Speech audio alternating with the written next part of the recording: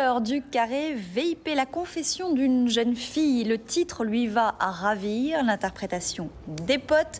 Sarah Forestier joue Proust et on va retrouver Olivier Benkemoun au théâtre. Et ça se passe précisément au Ciné 13, qui est à Montmartre, qui est le joli petit théâtre qui se trouve derrière nous de Claude Lénouche. Effectivement, il y a Sarah Forestier qui fait cette confession d'une jeune fille. Et puis il y a Patrick Mille qui est son metteur en scène, qui est également comédien. On peut commencer par parler du texte, parce que c'est un texte assez méconnu de Proust. Patrick? C'est un texte qui est dans le recueil Les plaisirs et les jours, et c'est son premier texte, Les plaisirs et les jours, édité. Donc un texte écrit à la première personne, bien avant la recherche, mais là c'est première personne du féminin.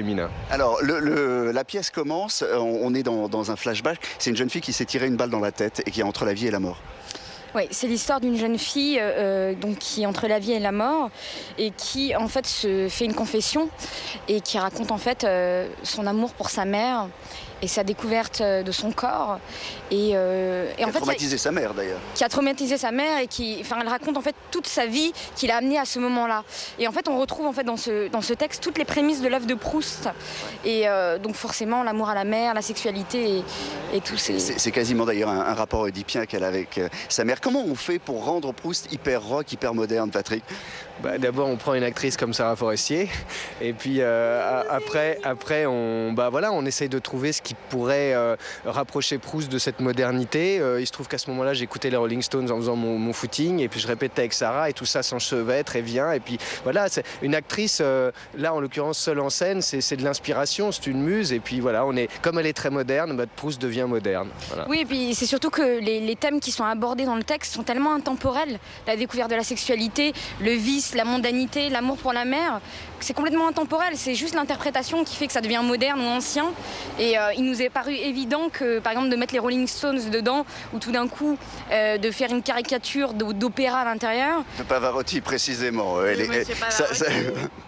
Donc c'est Pavarotti est une des personnes, quand j'ai appris sa mort, j'ai vraiment pleuré. Et ça, je tiens à le dire. Donc c'est aussi un hommage. Et en plus, c'est un peu pour dire, il y a les Rolling Stones, mais aussi Proust, puisque c'est Bizet, c'est Carmen de Bizet. Et Bizet père, il avait un fils, et ce fils était un des grands amours de Proust. Voilà, dernière question pour Sarah, c'est un peu au-delà du théâtre. Il y a une série de vos peintures qui sont en bas, qu'on peut voir, qui sont d'ailleurs inspirées par Proust. On ne vous connaissait pas ce talent-là, enfin, comme moi personnellement. C'est gentil de dire que c'est un talent. Non, mais c'est vrai que en fait, dans cette aventure, c'est pas juste des choses qui sont plaquées, c'est de l'inspiration.